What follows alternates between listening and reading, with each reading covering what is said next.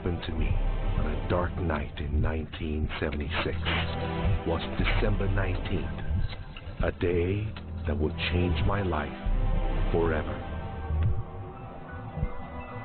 It was the day I died.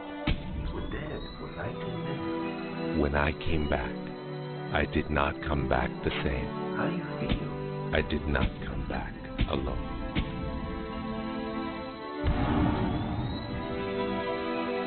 What seemed like days passed in 19 minutes, and over the course of the next few years, I began to remember the greatest mysteries revealed to me.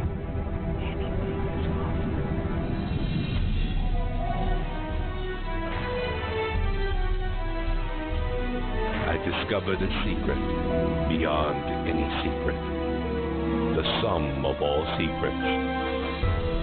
My eyes see you have seen nothing. It's out there, and I will find it. You will find nothing. It's like Solomon's gold.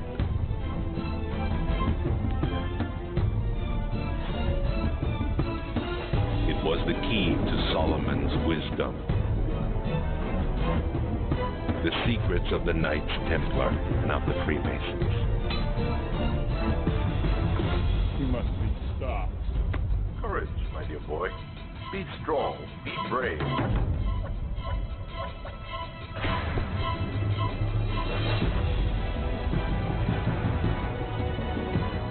I challenged myself to find out everything I could. I found great teachers who knew this and began to seek them out.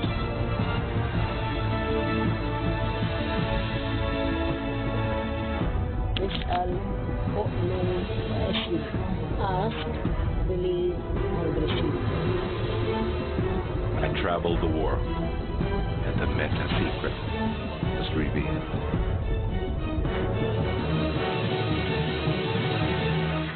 Time has come.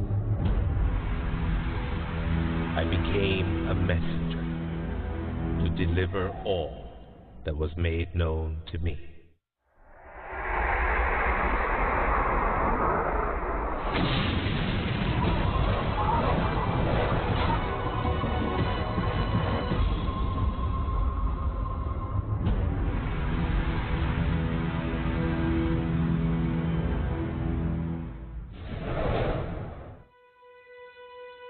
Hello there, I'm Bob Proctor.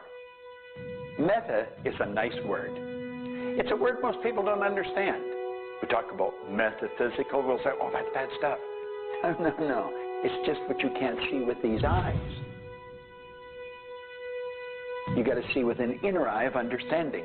Meta is beyond the physical. Do you know that 99% of our population has been programmed to let the outside world control the inside? If you want to get what you want, you let the inside world control the outside. That's what the meta secret's all about. The meta secret to wealth and abundance is doing what you love, following your passion, enjoying your life, being grateful for this moment, realizing that in fact you already have wealth and abundance. You have wealth and abundance to the level that you allow it in your life. Expand your level of openness, deservingness, and you can have more wealth and abundance right now.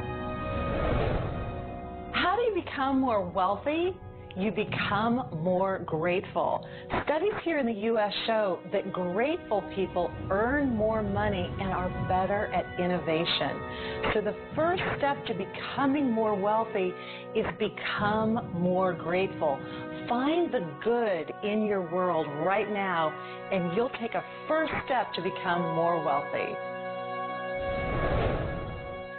The meta secret to wealth is knowing exactly what you want and then being willing to pay the price to get it. Most people think that wealth just comes out of having this impression in your mind that you're going to live an abundant life. And that's an important piece of it, but it's incomplete. If you look at the word attraction and the law of attraction, the last 6 letters spell action, A-C-T-I-O-N. One of my favorite words is satisfaction. We all want to have satisfaction. And again, in Latin, satis means enough.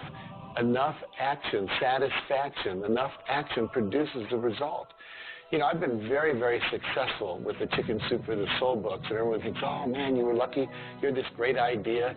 And we use the law of attraction. We visualize and we put up posters around our office that simulate a bestseller list with our name #1. We visualize bookstore windows full of Chicken Soup for the Soul books, all of which came true. But there's a asking and a believing and a receiving, 3 steps that I think of in the law of attraction. And the second part of believing is taking action. Because if you believe that your action is going to pay off, you'll take the action. So believing doesn't just mean like sitting there going, I believe I can be wealthy. It means doing the things that produce wealth. The key to abundance is to act in spite of fear, act in spite of doubt, act in spite of worry, act in spite of inconvenience, act in spite of uncertainty, act in spite of anything.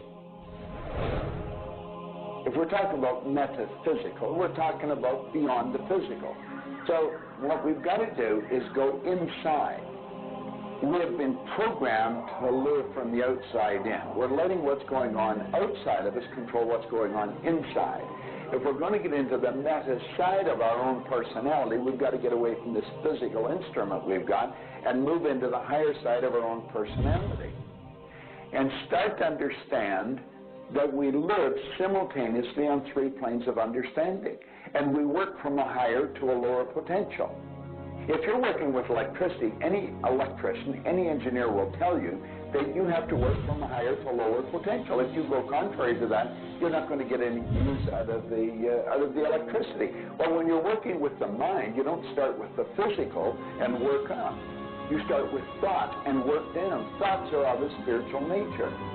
Spirit's omnipresent. Where's thought? Thought's omnipresent. 100% evenly present in all places at the same time. I can be underwater and think. I can be in an airplane and think. I got the pleasure of working with a couple of the astronauts that have been on the other side of the moon, and they could think. Not only could they think on the other side of the moon, they could transfer their thoughts to somebody here on Earth. It's just a form of telepathic communication.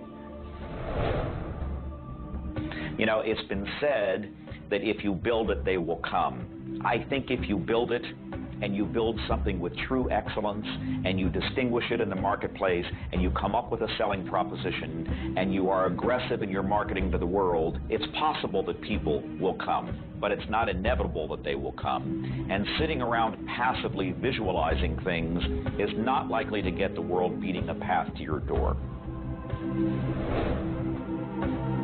My meta secret about wealth ultimately is you've got to create a lot of value for a lot of people. And if you do that, you will bring a lot of wealth back to you. So by giving service and giving that which helps other people improve their lives, brings joy to them, brings service and products to them, if you do that and you keep expanding that, always be thinking about expanding your service to others. And if you do that, wealth is a foregone conclusion. First thing, quit listening to what everyone else is telling you what to do. And start paying attention to what you want to do. You see, I can look back with my memory, and I can remember going and saying, Mom, Dad, or to the teacher, I want to do so-and-so. And they'd say, now, how are you going to do that? See, what they didn't understand is I didn't know how to do it. But neither does anyone know how to do the things they want to do when they first think of it. You don't have to know how. You know, 2 young bicycle mechanics from Dayton, Ohio, in the United States of America, introduced us to a new kingdom. They were the first ones to fly in airplanes. The whole world believed that you couldn't do that. Anything heavier than air is attracted towards the center of the world. You can't fly. But they wanted to, and so they did. Well, clarity to me is a very different concept than I think a lot of people. The first thing I want to know is, what do you think you're trying to accomplish? The next thing I want to know is, why are you trying to accomplish it? The next thing I want to know is, if you accomplish it, what do you really think is going to happen in your life? A lot of people come to me and they say, I want to grow my business, because I work a lot in the business world, the entrepreneurial world. I teach a concept, achievement concept, a concept that is predicated on taking action and implementing, called optimization.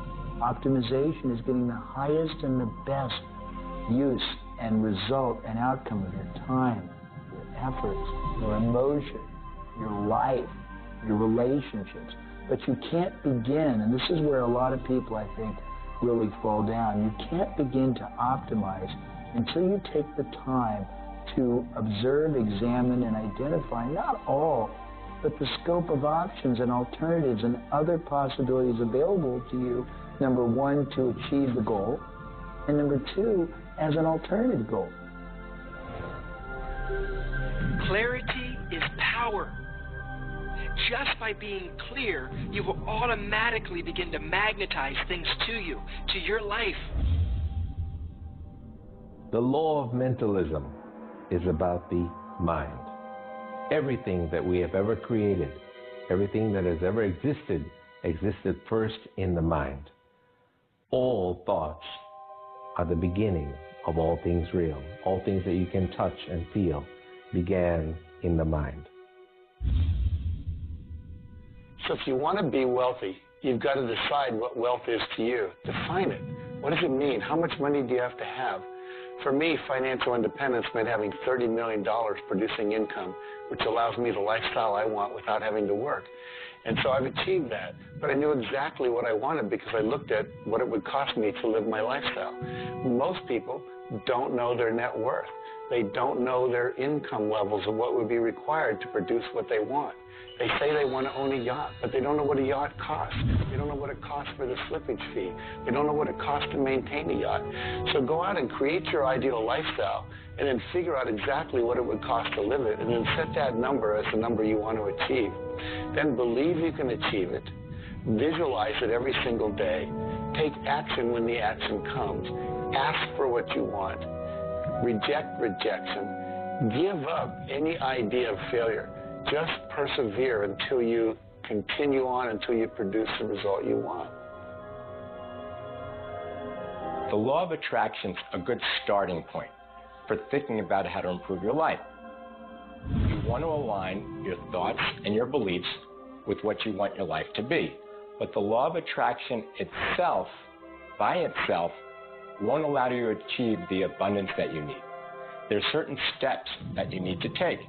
And these steps are all incorporated in what we call the meta secret. And the meta secret isn't one solitary method or one solitary system. The meta secret is a combination of tools, methodologies, and ways to understand the world and ways to understand how we can change the world. Until I started looking at who I was and who I wanted to become, nothing changed. Because every time I would look and I would blame something else or blame somebody else or just look in a different direction that was not inside, I would get more of what I was creating. Because every time I created something, people would react to that. Every time I took an action that was blaming this or blaming that, people would react to that. And you know what? Then I would react to their reactions. And I was creating an environment that was busy. Instead, an environment that supported wealth and abundance. If you look around, there's nothing but the abundance everywhere that you see. You see the trees growing. You see businesses happening. This is wealth. This is prosperity. This is abundance. If it's not happening for you, it's because unconsciously you have beliefs, counterintentions, negativity that actually blocks it from coming into your life. It's actually working the law of attraction all the time, but it's happening on an unconscious level. The abundance is there. The wealth is there. But if you don't feel it, if you're not expressing it, it's because inside of you, you may feel you don't deserve it. This is part of the unconscious work that has to be done in order for you to feel on a conscious, real, live, earth-level level what's happening with abundance and prosperity. Abundance, wealth is your natural birthright. If you're not feeling it, it's because of your unconscious beliefs. The law of correspondence, simply stated, is as above, so below, as within, so without. The law of correspondence is simply attesting to the fact that we are human creatures physically present, but we have minds and we have spirits. So we exist in more than just one plane.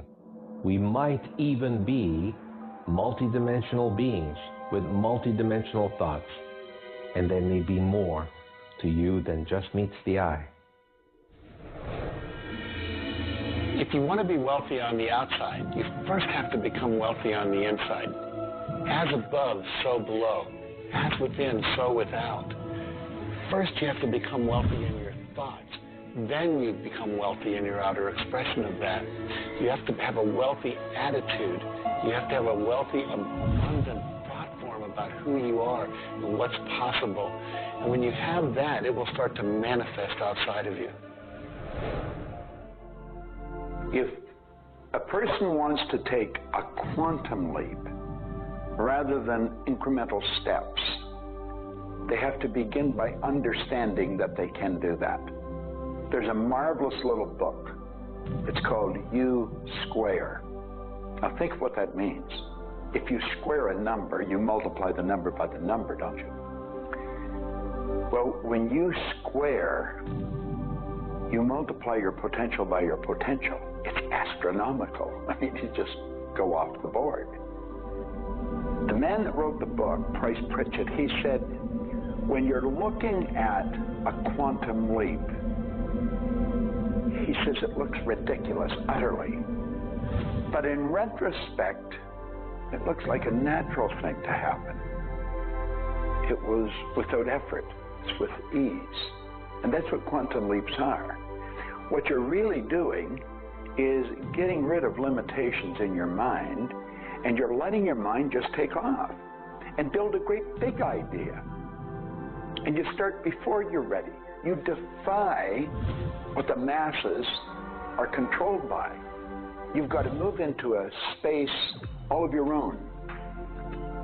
Understand you're working with an infinite power that's omnipresent. It's with you all the time. It's closer than your breath. And you get in harmony with that and just release all thoughts of limitation. And make up your mind you're going to take and just compound your effectiveness.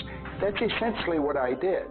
I didn't know what I was doing at the time. I didn't understand quantum leap, but I took my income from $4,000 a year to $175,000 in a year.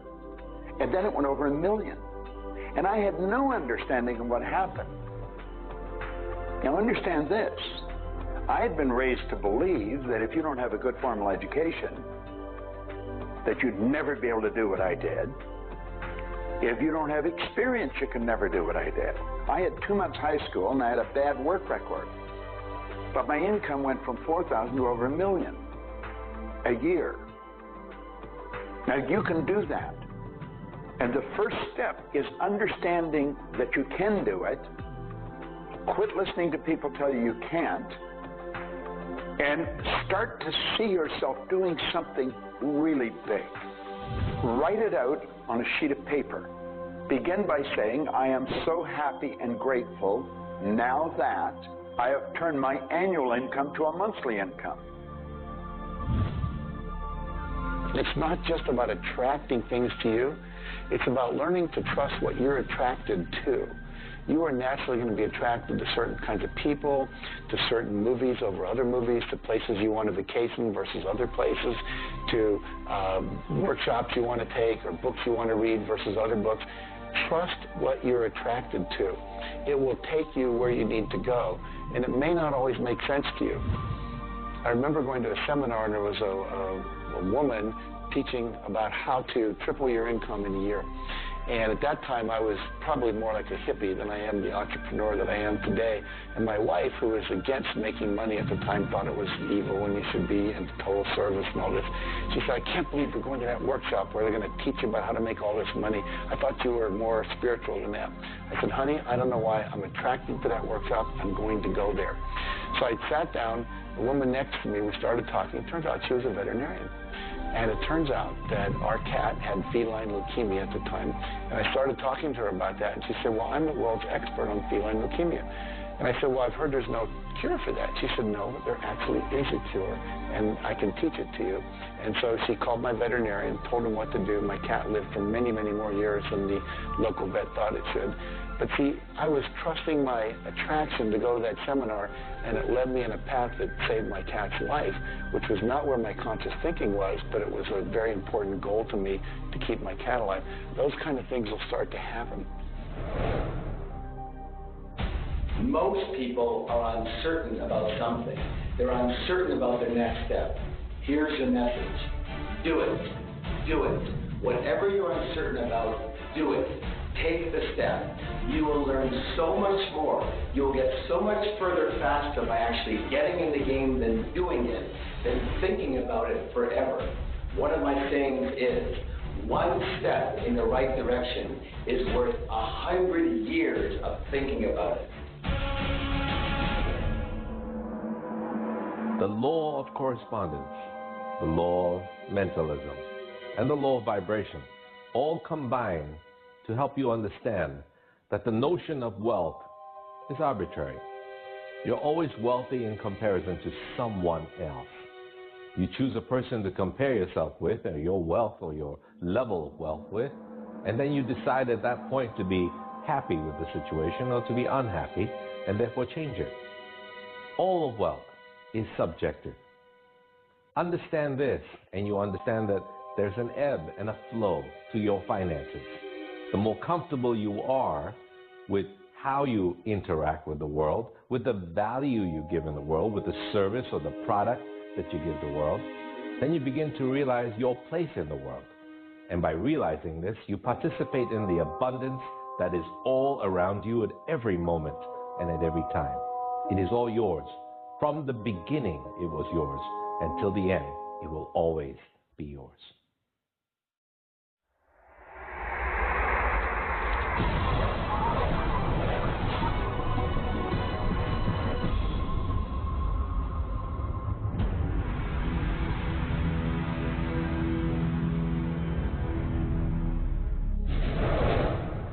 The meta secret to relationships is to know that the universe is giving you love right now.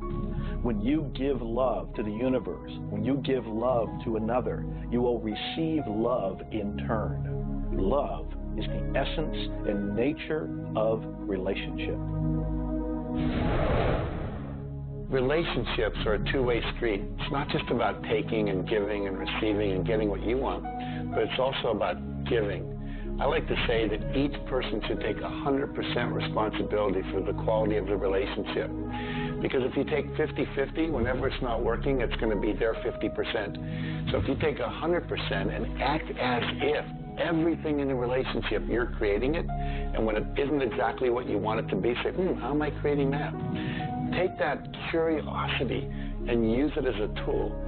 And when you get the answer like, oh, I'm not coming home on time, I'm not listening, I'm not doing this, then you have the opportunity to shift and do the thing that produces relationship. A friend of mine wrote a book called Making Relationships Work. And the idea is there is work in making the relationship work.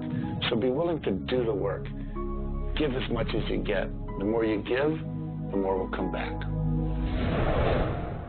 To have a better relationship with anyone in your life, first you begin by having a relationship with yourself. Treat yourself the way you would your very dearest friend. Love yourself regardless of all the crazy shenanigans you pull. Believe me, I do this every day. So if you want a better relationship with someone else, love yourself. Relationships are part of what the universe is giving you as a gift. The first and most important relationship is the one with yourself. When you love yourself, you heal yourself. When you love yourself, you become a magnet that people want to hang around, and you begin to attract other people and new relationships. It's all based on love. It's all based on non-judgment. It's all based on total acceptance. The universe has a relationship with you right now, and the universe wants to give you more. Are you ready to accept it? The concept that I can't live without you is a tragic statement to me. The idea that I need somebody else to complete my life, I need somebody else or my life's not worthwhile is a very sad statement, and I think someone needs to take a good look at themselves when they say that. When you start to think that thought, stop for a second and realize life is full of stuff, and sometimes stuff is potholes, and sometimes stuff is bridges are out ahead, and sometimes there's a detour in life. I heard somebody once say that sometimes the most beautiful scenes in life are the ones we observe on a detour. Have you ever gone on a detour and realized that your life wouldn't have been the same if you hadn't taken that twist or that turn in your life? Next time stuff happens, take a look. Maybe there's something better right around the corner. The law of cause and effect tells us that there's no such thing as coincidences. Everything that happens in this world happens because of a reason. Someone, somewhere, created a cause. It may not be something you are aware of. It may not be something we can even begin to realize or see at this level. But at some level, someone, somewhere, or a group of people, or even us, may have created it. And so as a result, we see the effect. We see the effect around us. We see the effect everywhere on this planet. Everyone asks me, Jay, how in the world can I have a better, a happier, a richer, a more joyous relationship? And it's very simple. First thing is you got to slow down enough to be externally focused.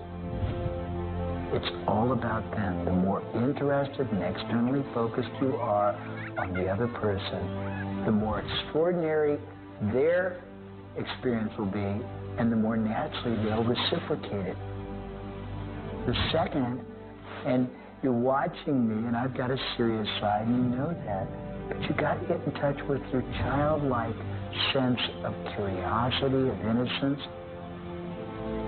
The third is you've got to be in the here and now, and that's so trite and said so often, but being in the here and now means connecting deeply and being aware of what people are saying and looking at them and being responsive to their feedback and their mannerisms. And the last thing, and the easy thing, is to, again, as I said earlier, enjoy the process. We are so busy, so stressed in our life, trying to get from one thing to another, trying to multitask, that the greatest way to have wonderful relationships is to commit. Commit, not just the time, but your being, to being there, to connecting. For me, the meta secret to relationships is to be the person you're looking for. Whatever it is you're out there looking for, be that and give it away. If you're looking for someone who's loving and kind and compassionate and generous, you need to be loving, kind, and compassionate and generous. Whatever it is you want, you've got to be that and express that out into the universe. And whatever you express out is going to come back multiplied.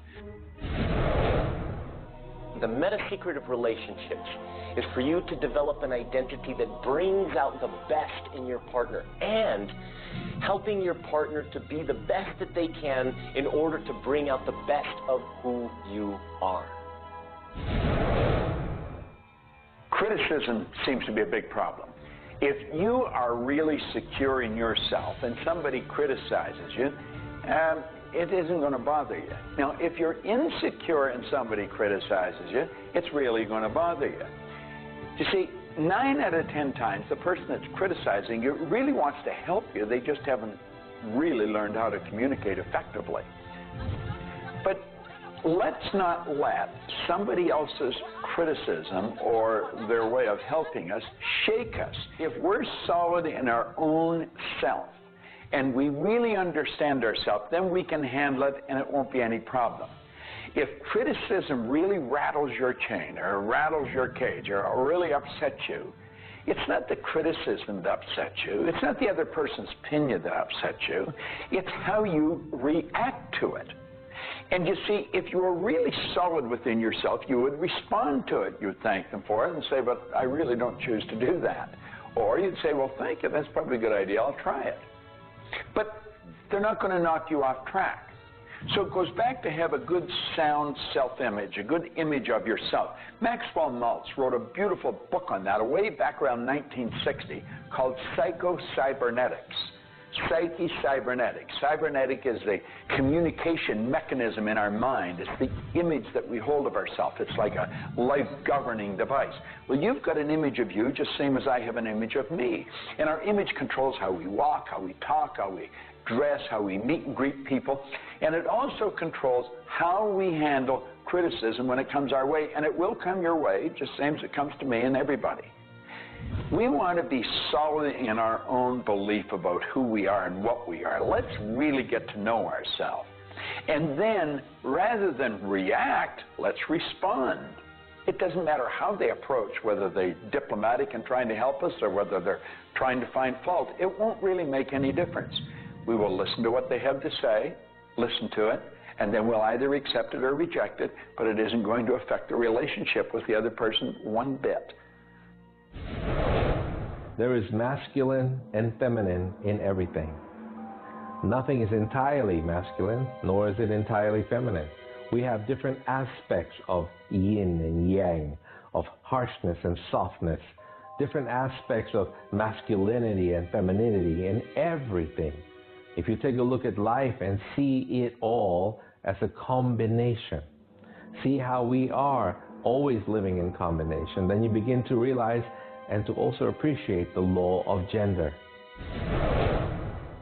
Relationships are about communion, taking our life and making it sacred through connection with another human being. So communion and making sacred is what relationship is all about. You know, there's a lot of lonely people around. And if you're lonely, I'm going to let you in on a secret. You're always going to be lonely until you become friends with yourself. If you're looking for company outside of yourself, you're looking in the wrong place. You want to go inside. And when you get to really look at you, you're going to feel so good about you. You're going to love yourself.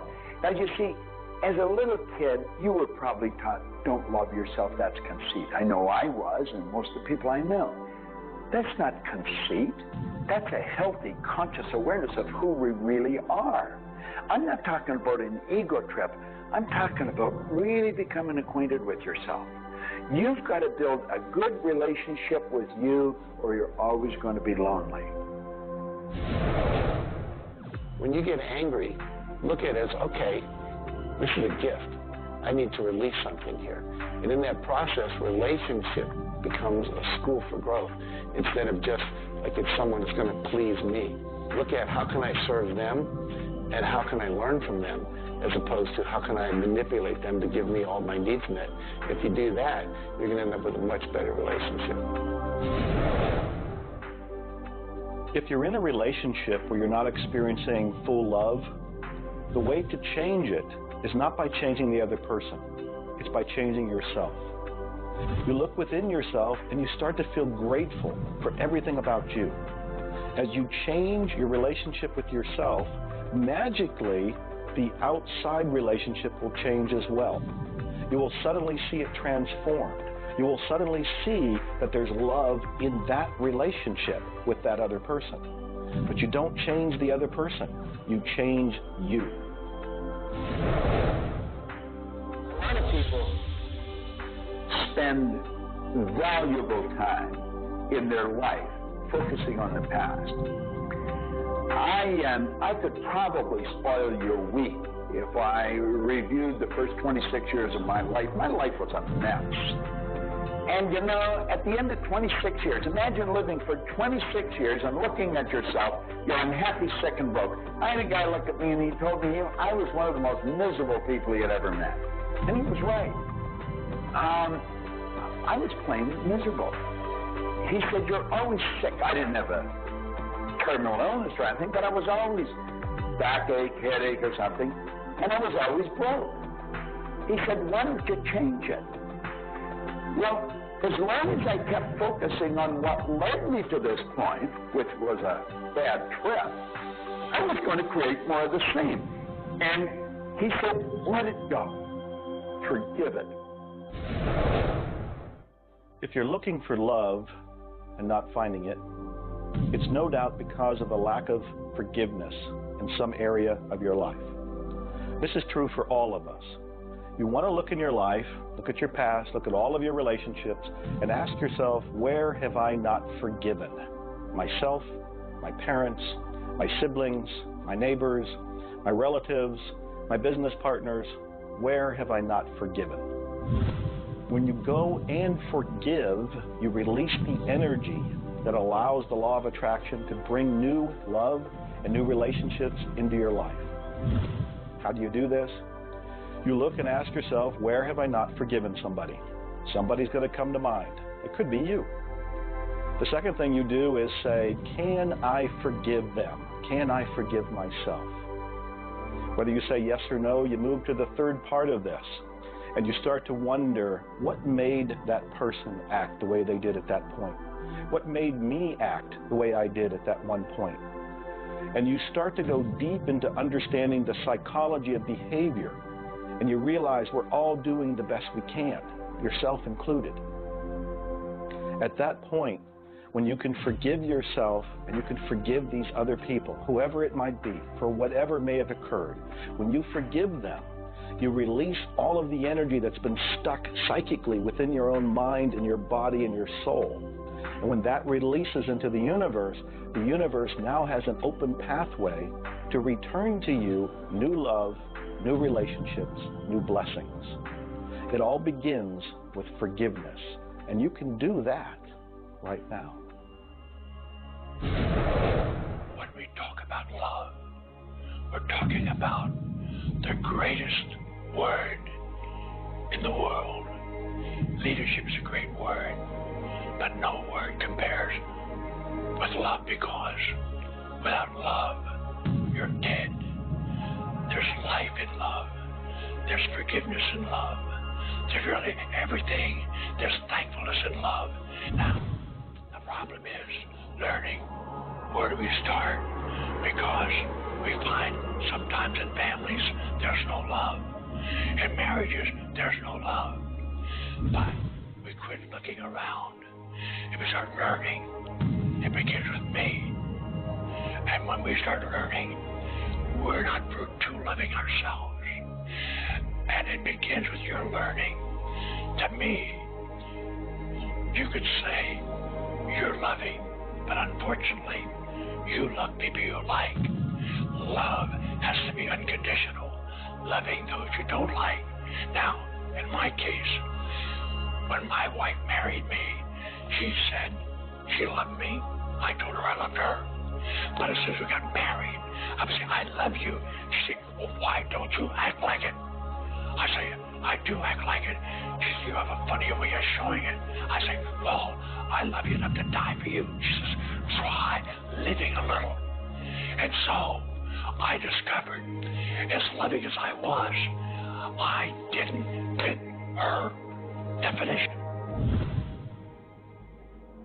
The law of gender, the law of vibration, and the law of rhythm. All of these figure in relationships. You see, love is a dynamic. Any relationship is a dynamic.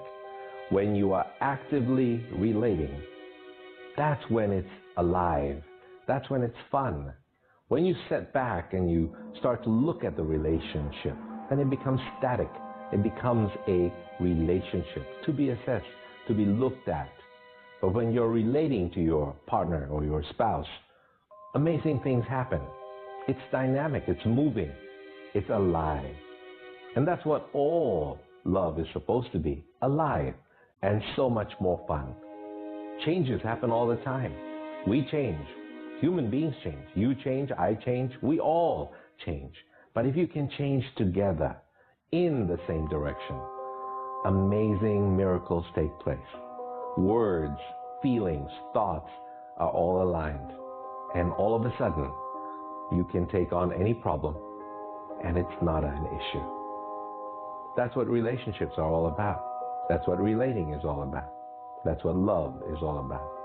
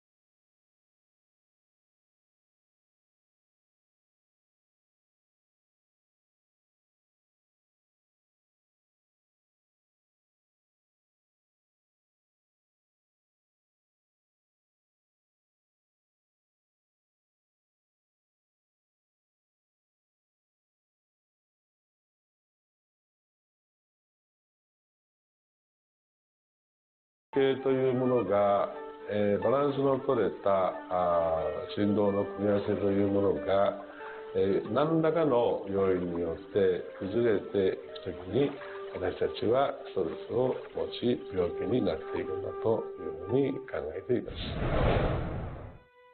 As you've already seen from Dr. Masaru Emoto, water makes up 85% of our body. And the thoughts we think actually create a vibration in the water that has memory. And so you have to think positive thoughts. Again, we go back to forgiveness and letting go, thinking positive thoughts, expecting to be healthy, not listening to what people tell you, not taking in beliefs. I have been out of the sun my whole life. I've never gotten skin cancer, don't intend to get skin cancer. And when stuff comes on about it, I choose not to listen to it because I know that belief would affect me. So I believe that I am a person that my spiritual connection keeps me healthy. Also, though, I work on the level of the physiology of the body, the biochemistry. It makes sense to play at that level. I eat organic food. I drink healthy water that's not contaminated with chlorine and all the stuff they put in it, so I filter my water. I eat the right kinds of nutrients for my body. I've found out what I'm allergic to, and I've basically eliminated those from my diet. I exercise. So exercise and keeping my body toned. We want to have resistance exercise. We want endurance, which means we need to jog and do aerobics and things like that. And we need to have flexibility, things like yoga and Pilates. So we need a complete system to keep our body healthy. And then the detoxification, I think, is the part that most people don't do enough with. We are taking in so many toxins in the air we breathe. But if you will cleanse on a regular basis, I cleanse every Monday. I just do a cleansing diet where I just drink liquids and then I don't eat anything else, and my liver has a chance to get rid of all the toxins that are in my body. I want you to understand that you have a marvelous mind, and you can do anything with it, and don't ever listen to anybody that tells you you can't. You want to start to look at yourself not as a body or as a name. Like, I'm not Bob Proctor. Bob and Proctor are just two words. You've never heard anybody phone into school and say, body's not coming today, it's sick. Never heard anyone say, M hand, it's my hand, my body, my name. Well, you see, there's something wonderful about you and something wonderful about me, and it's the same thing. We have a marvelous mind. We're creative beings. Talk to your body. You're not a body, you live in a body. Now, this may sound silly because maybe nobody's ever said this to you before, but go around just repeating maybe 1,000 times to yourself, I'm not a body, I live in a body. I'm not a body, I live in a body. I'm not a body, I live in a body. Then start telling your body to relax. The meta secret to great health is to feel good now. You do that with good thoughts. You do that with good food. You do that with plenty of sleep. You do that by doing what you love. That's the meta secret to great health. The meta secret to health is to honor your body. Listen to your body. Are you tired? Are you hungry? Are you thirsty? Do you need time to play? Have greater health. Honor your body. Health. Not just physical health, not just eating the right things and getting exercise, but let's talk about emotional health. This means doing what you love, loving what you do, looking forward each day, researching, helping other people, giving back. This is the meta secret to emotional health. To me, recognizing the divine component in us has a twofold effect. On the one hand, it's incredibly humbling, because how many of us really live up to being godly? How many of us really maximize the God-given talents that we're given? How many of us really live lives of fulfilled potential? So on the one hand, it's kind of intimidating. But on the other hand, it's very inspiring. It's inspiring to think, I, as a human being, am capable of being godly. I'm not God. I'm not going to confuse myself with God, but I am capable of being godly. I am capable of a goodness which can resound around the world. I am capable, like God, of using language to bring things into existence.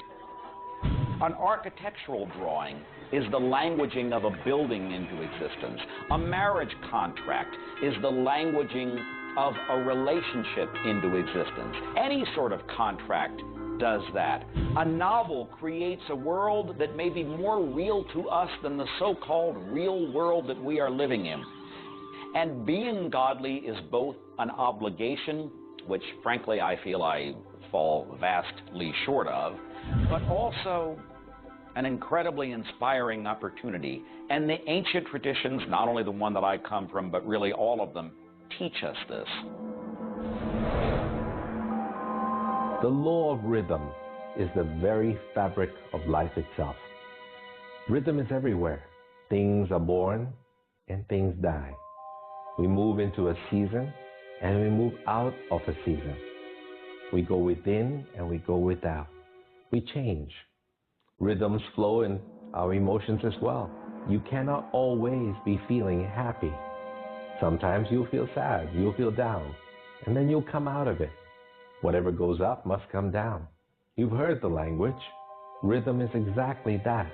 And the minute you begin to realize that all of life is all about the law of rhythm, then you can flow easily in bad times and then have more fun in happy times. When you start to expect rhythms, know that if you're happy in one direction, you can also be unhappy in the other direction. The law of rhythm surrounds us, works with us, and if you master it, there's nothing you can't do. The meta secret to health and having amazing energy is the ability to look at your world from a perspective that, hey, things aren't always going to go your way. But you know what? As long as you always do your best, as long as you are focused on what you achieve and what you're trying to accomplish, then it's all going to work out. I think one of the most important keys is to recognize in life just about all the limitations that we have are self-imposed. To realize that is the greatest breakout, the greatest. I talk about staging jailbreaks in your life, breaking out of the mental prisons, getting over the walls of the self-imposed impossibilities in life. And it is remarkable what happens when you realize, take a look at what really is holding you back. And very often, almost all the time, it's you. It's you. The power lies within you. See, humor is good. It really is. I don't really understand what it does to you, but I know it does something to your brain. Norman Cousins, who's gone now, but lived a long and very, very effective life. And he had been diagnosed with a disease, and it was killing him. He was literally dying. And one day he got thinking to himself, if sadness and sickness are hooked together, then happiness and health must be hooked together. And so he had people bring in old movie films of Laurel and Hardy and all kinds of different old actors, funny stories. And he started to play them. They made him move out of the hospital. So he rented a suite of rooms in a hotel. And he had these movies playing all the time. And he was laughing, a real belly laugh. And he got better. Now, I think you know when you're laughing, you're feeling good. Start to laugh at yourself. When you make a mistake, laugh at yourself. Don't get serious with yourself. It plays a very, very important role in a healthy, relaxed life. If you want to study it further, get into some of Norman Cousins' material, and he'll explain exactly what it does to the brain that controls the vibration of the body. Start laughing a little more. Have fun. The mind can't be all it is designed to be without the body being everything it was designed to be. But we basically thwart both. Or you can have a great relationship. You can have a great financial situation. You can have a great family relationship. And the big problem in our society, certainly in Western society, people don't exercise. 92% of people don't exercise. They don't eat. They don't eat nutritious things. They don't complement to compensate. It's very simple. And if you break it down to the little steps like eating an elephant, you'll have the most rich, satisfying, fulfilling, gratifying, liberating life, but you got to balance it. Health is all up here. All I know is right now, I don't have a voice, I don't have much sight, I don't have a hearing. My strength is gone. However, I have never been more excited and thankful in my whole life. The law of vibration simply states that everything is in motion. Nothing stays static. At some level, even though something may appear as if it's not moving, its molecules are moving, its atoms are moving. Everything vibrates. Not just your thoughts, everything. Now, I do understand that disease cannot stay in a healthy vibration. It just cannot. I also understand you cannot turn disease into health, but you can release disease and recreate health. You see, your body is changing at the rate of millions of cells every second. And it's the thought patterns that you hold in your mind that control the vibratory rate of the body. Your brain is an electronic switching station. There's all kinds of material written on thought, on attitude, and on health. And I do know this. If you are suffering from a physical disease, quit talking about it, quit thinking about it. Go to a very competent medical doctor and follow that person's advice, because he or she will tell you what to do physically, but at the same time, instantly begin visualizing every molecule of your being in harmony with the law of vibration. Now, I would have an affirmation that I would repeat.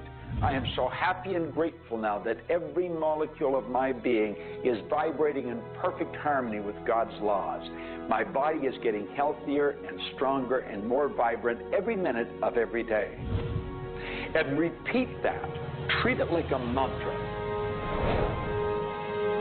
I can't predict what's going to happen for you personally, but I do know that hundreds of people, if not thousands of people, have experienced healings and cures by beginning to change their thoughts about what's going on in their body.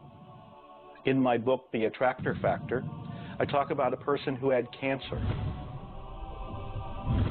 She experienced the idea of forgiving everybody and everything in her life, and she went through the process of doing that, working with a coach. She then went back into the doctor's office. They opened her for surgery, and there was no cancer. It was gone. By forgiving everybody in her life, including herself, she transformed her body. She reached this place of healing and this place of peace. And as a result, she experienced a cure.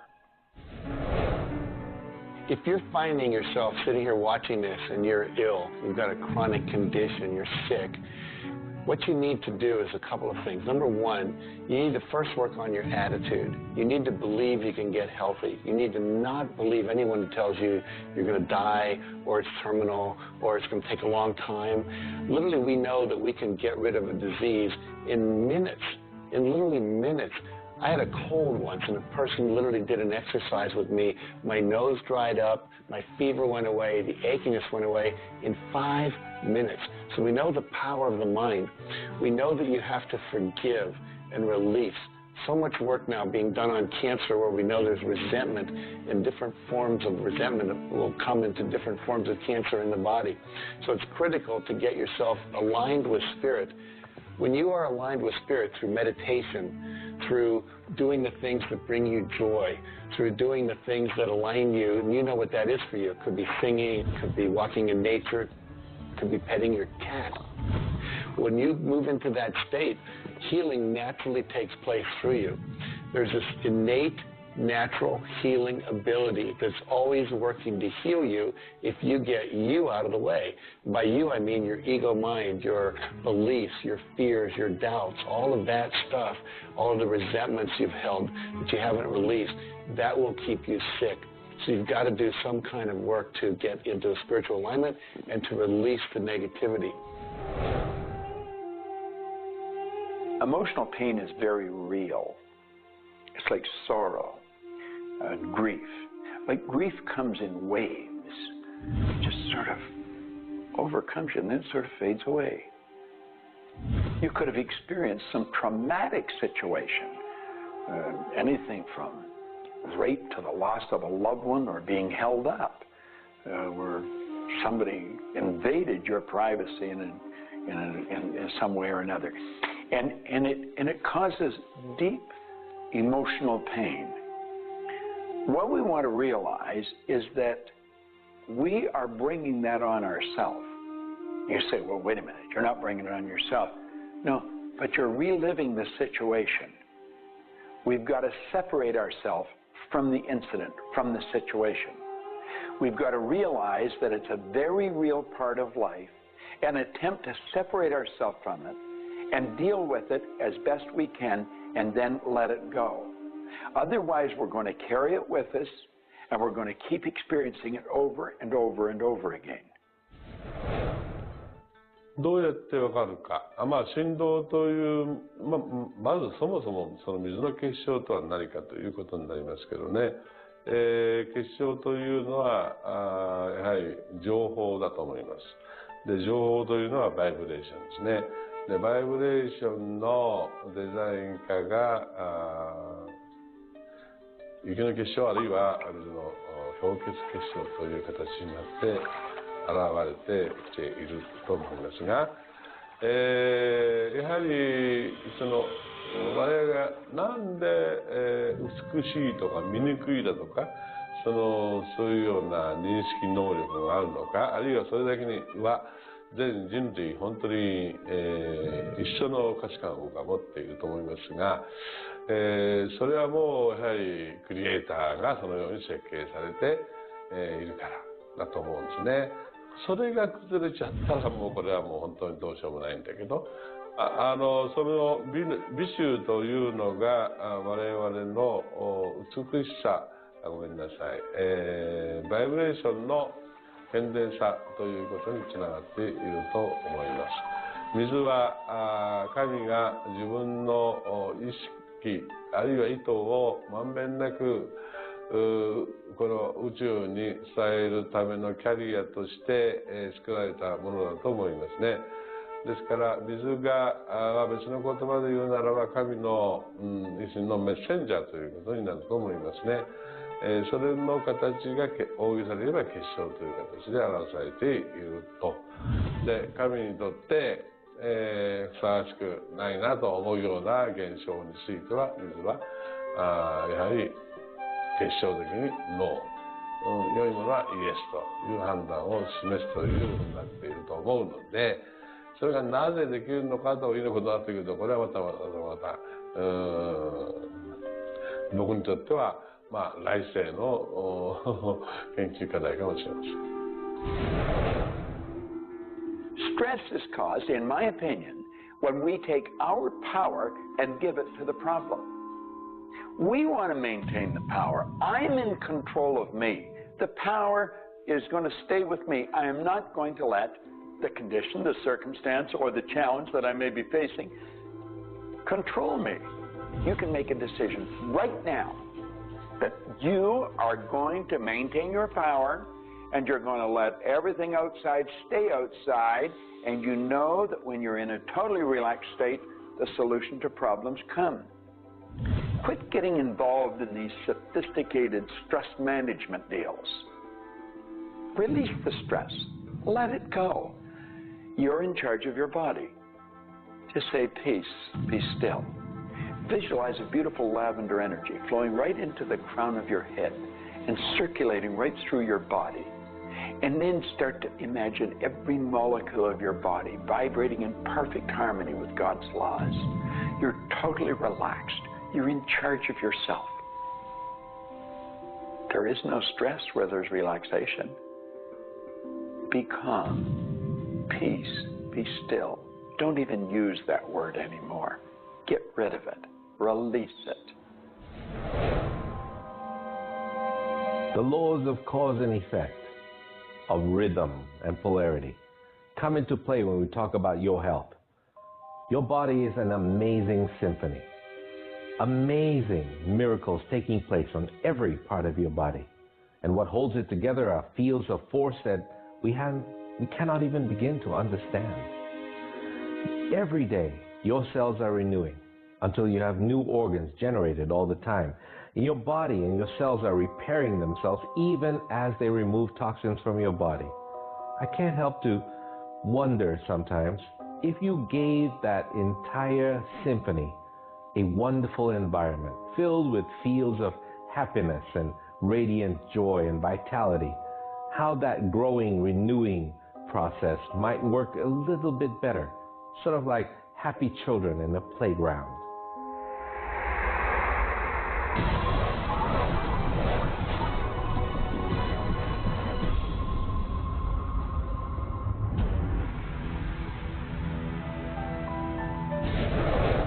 Here's the paradox of being human. Real happiness is only available in the moment. If you're brooding on the past or obsessed about the future, even if you're looking forward to something that could be magnificent in the future, it's not quite the same sort of anchored contentment that you get from really being in the moment. We human beings seem to be perpetually someplace else. That's kind of like one definition of the human predicament, the human condition. We are perpetually thinking about the past, the future, something to the right, something to the left, something else. I think the paradox to happiness is you do have to have dreams and aspirations, and you have to be anchored, rooted, and happy where you are. Not always easy to do, but I keep trying. Happiness is a point of view. Am I happy? Yeah, I think I am. How can somebody always be sad? Of course we're sad when we lose somebody that we love, or that when the project we're working on so long doesn't work out. Temporary sadness is a very human condition. How can you be happy? maybe by finding things to do that make you happy. You see, if you're miserable, your mind is focused on the past. There's a method concept. Get you over any miserable concept in a heartbeat. Focus on right now. See, you're miserable because of something that happened that you didn't want to happen, or something she said or he said or they did. Forget it. It's in the past. And quit worrying about the future.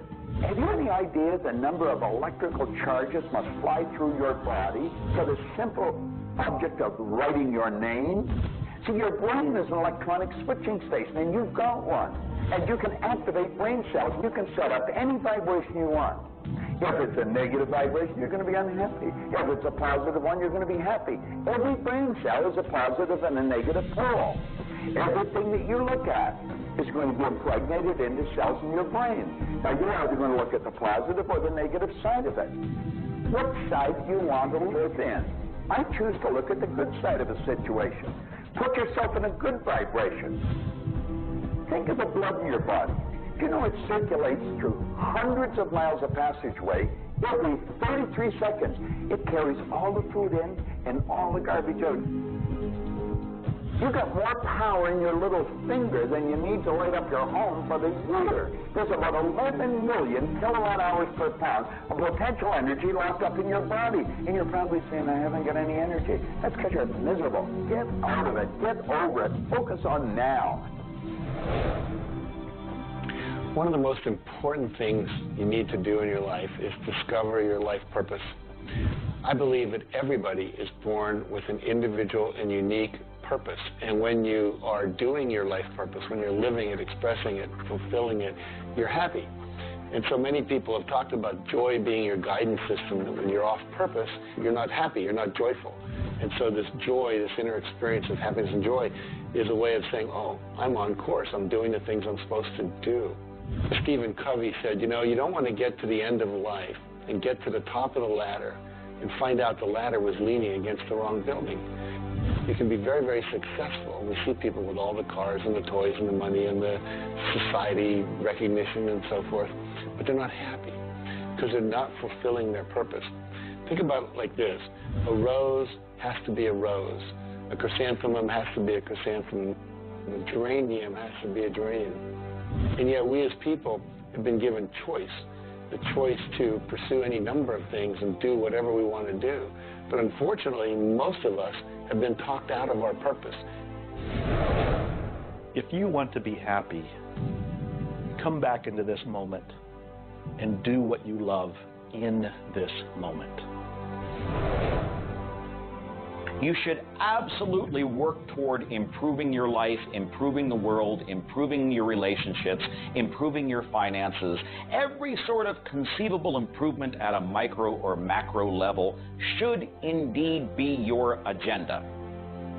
But if you are not happy with things the way they are, then your happiness is perpetually on hold pending a condition that doesn't exist yet. If you do that, you will never be happy. You have to realize that the point of power in your life is in this moment. People think about the future and they throw their power into the future. There is no future. When it gets here, it's called now. It's called this moment. People think about the past and they throw their power into the past. But there is no past. It's gone. When you think about the past, you think about it in this moment. This moment is all there is. And you can be happy in this moment. When you are, everything is taken care of. All is well. Happiness and achieving happiness is a process. It's not something you achieve right now and you're done and you have your happiness. It's something that you're constantly attaining and re-attaining through life. And the way to do that is to really understand what brings contentment in your life and to achieve that. And one of the key things to remember in terms of happiness is that part of this process is sharing happiness with other people. The more we share happiness and the more we teach other people how to bring happiness and fulfillment in their life, the more we'll be happy and fulfilled. So continue with your journey of greater fulfillment, and you'll have more happiness in your life. The law of polarity is about dualism. Everything exists in relation to something else. There is no person that's entirely good. There is no person that's entirely bad. There is no entirely hot or entirely cold. It's always hot in relation to something else that's colder. It's always colder in relation to something else that is hotter. We move in directions as opposed to moving in a static field. We always move from one place to another, from one thing that's more pleasant to something that's less pleasant, or something that's unpleasant to something that's more pleasant. There is a movement, and this movement exists because of polarity. Happiness is what you want, and happiness you can have right now. Why aren't you feeling happy? Why isn't anybody feeling happy? Because psychologically they use unhappiness as a motivator.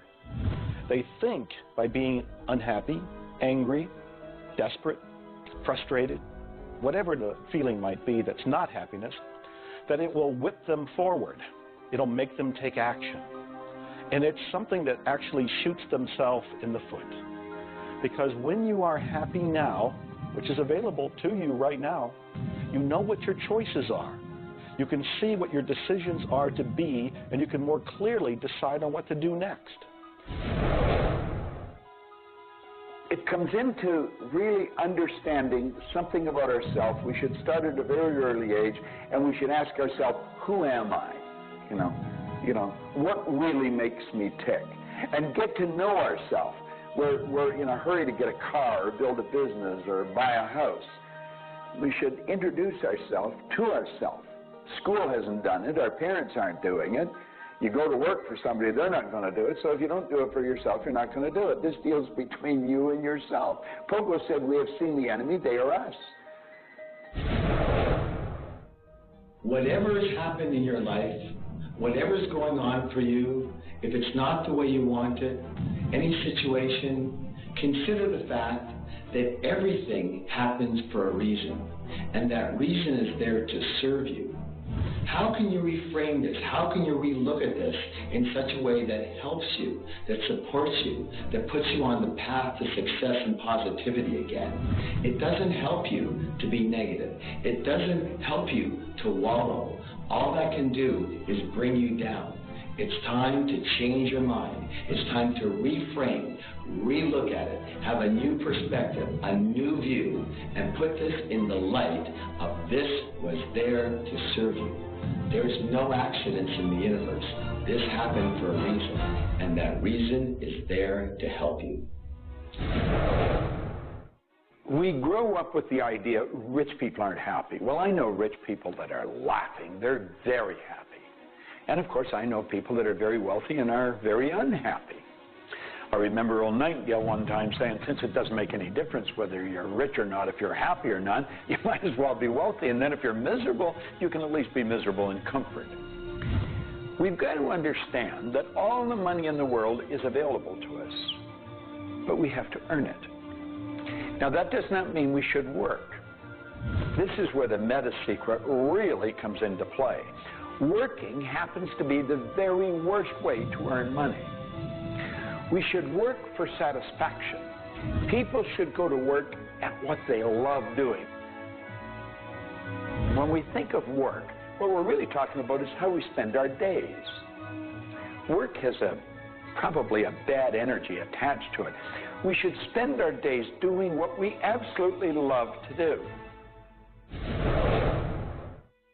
When it comes to the fear of failure, you look at your life and you ask, if I pursue my dream, my passion, my love, and it doesn't work out, will I still be okay?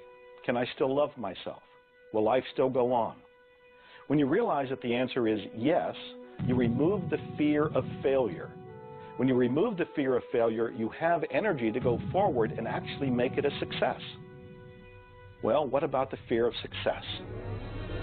When you are successful, you can make a difference in the world. If you really want the world to be a happy, prosperous place, contribute a happy, prosperous person to it. You.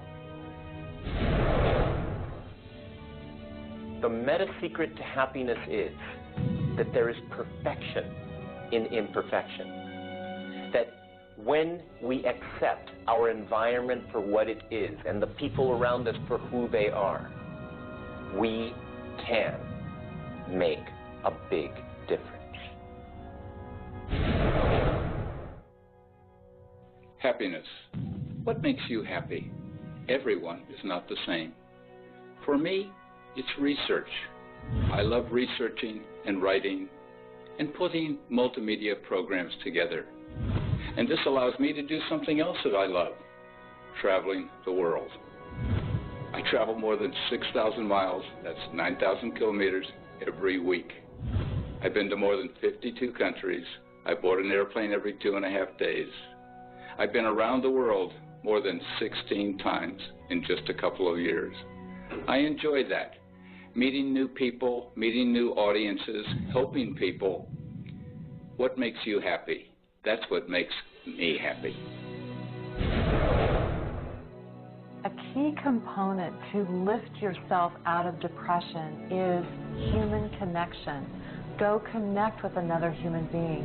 Another powerful tool is movement. And a third is laughter. Go play and have some fun and watch your spirits begin to lift. The meta secret of life is to realize that the journey is the thing. I believe the first thing a person should do is establish a purpose. Why are you even here? Why do you get out of bed in the morning? Why are you living? I honestly believe every one of us are hardwired to do something. So how do you decide on your purpose? You decide on it by asking yourself, what do I really love doing? So you have your purpose. This is what you're going to do with the rest of your life. And then you build a vision. Then your goal is taking a bite out of that vision.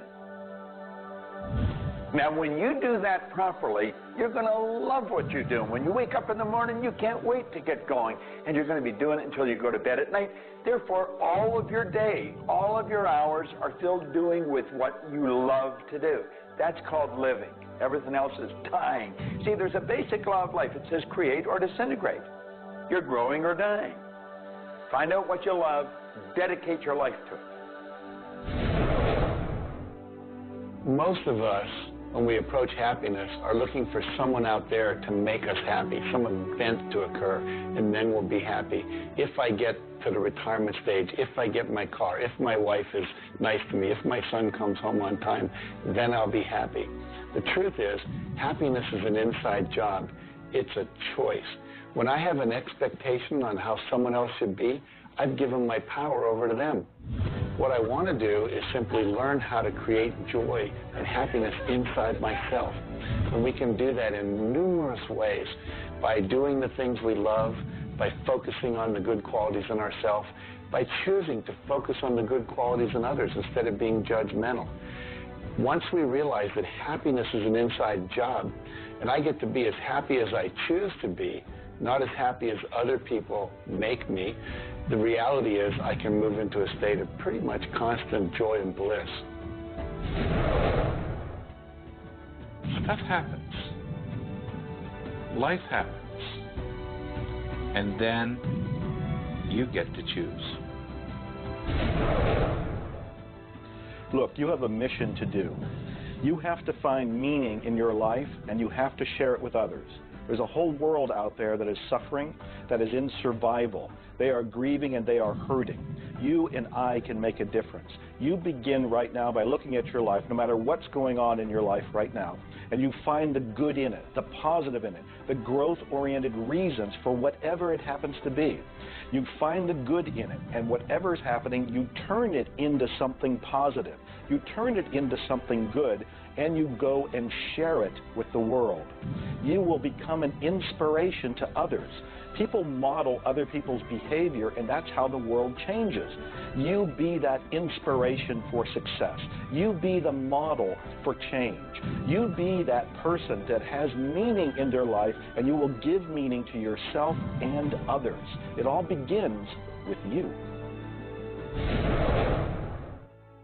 You have always had, you have at this moment, and you will always have in the future, the power to achieve, to accomplish, to have anything and everything you want in the terms of monetary, wealth, prosperity, in terms of health, in terms of happiness, relationships. However, it will never, ever occur until and unless and until after you first are clear on the specific goals. Number two, you are very clear on the action steps. Operative word is action steps you have to take. Number three, you have an action step-based plan, a strategy, and the steps are just the tactics. You implement it in a timely, regular, scheduled way. Number four, you monitor, you pulse, you really pay keen attention to your progress, and you adjust if it's not what you want, and you adjust higher if it's better than you want. And number five, you focus on other people's benefit. You don't be self-consumed. You do those five things, the world really is your oyster. You know, you find people that are quite comfortable with what's termed uncertainty. The truth is there isn't any uncertainty. There's only the law. And the law decrees that everything happens the way it's supposed to happen. If we build the image in our mind of what we want, and we're true to that image, that'll control the vibration we're in, that controls what we do, and it controls what we attract. Now, the problem is, we let that image get out of the way every now and then, and we're controlled by something outside. And that takes us off track. We've got to correct it and come back on track. But a person that has direction in their life, there's no uncertainty. There's only good stuff coming. It's stuff that's going to cause the image in our mind to move into form. And so we wake up every day wondering what part of it's going to show up today and where's it coming from and who's going to deliver it. Every day holds something really good for us. Alfred Adler, the great psychologist, said, "I am grateful to the idea that has used me." I love that. Get a big idea and understand that you're going to see it move into form, and that's just as certain as the night following the day, because that's governed by law too. The laws of correspondence, of vibration, polarity, and rhythm come into play when you talk about the meaning of life and happiness. We make our happiness dependent on what other people can do for us instead of what we can do for ourselves. You know, there's a concept they don't teach you in school. It's called enough. Sometimes what is enough for one person may not be that way for somebody else, and we want more. And when you want more, you're setting yourself up for disappointment, because not always will you get more. Sometimes you do, but it's not all the time. I don't know who told us on this planet that everything is going to go our way. Sometimes things will go your way, sometimes they won't. We've got to learn to accept this. That's the rhythm and the flow of life. All of life is filled with possibilities. And when you see possibilities, well, it allows you to accept failures as not final. Failures are learning lessons. The American Indians, the Hopi Indians in the Southwest, well, they have a belief. Every day they wake up and pray to the Great Spirit, and they say, "Oh, Great Spirit, allow us today, this day, to make 20 mistakes. You see, they believe that by making mistakes, by failing, you actually learn more. You add to this wonderful fountain of wisdom that is called you over a period of time. And if you don't fail, they say, you don't learn anything. So how many times have you failed? I know I have failed a lot. But over the course of the years, I also knew something that was different. And that was that I was responsible for my own happiness. I knew that there was laughter everywhere, but I also knew that if I wanted to participate, that laughter has to come from inside, not from outside. And that's the nature of spirit, and that's the nature of who you are, and that's the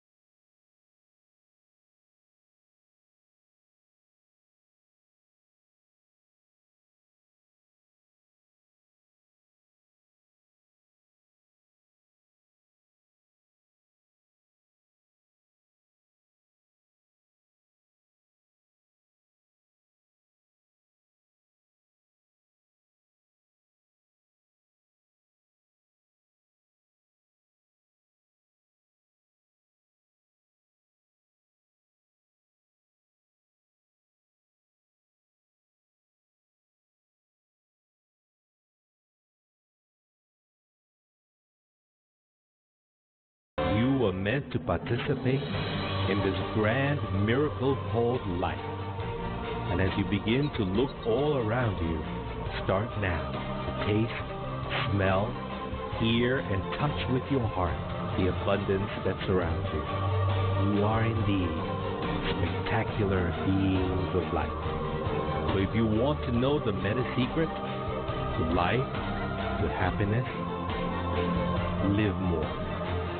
Love more, laugh more. Change the stories in your head, and you can change the world. It's a short trip. Make it a good one.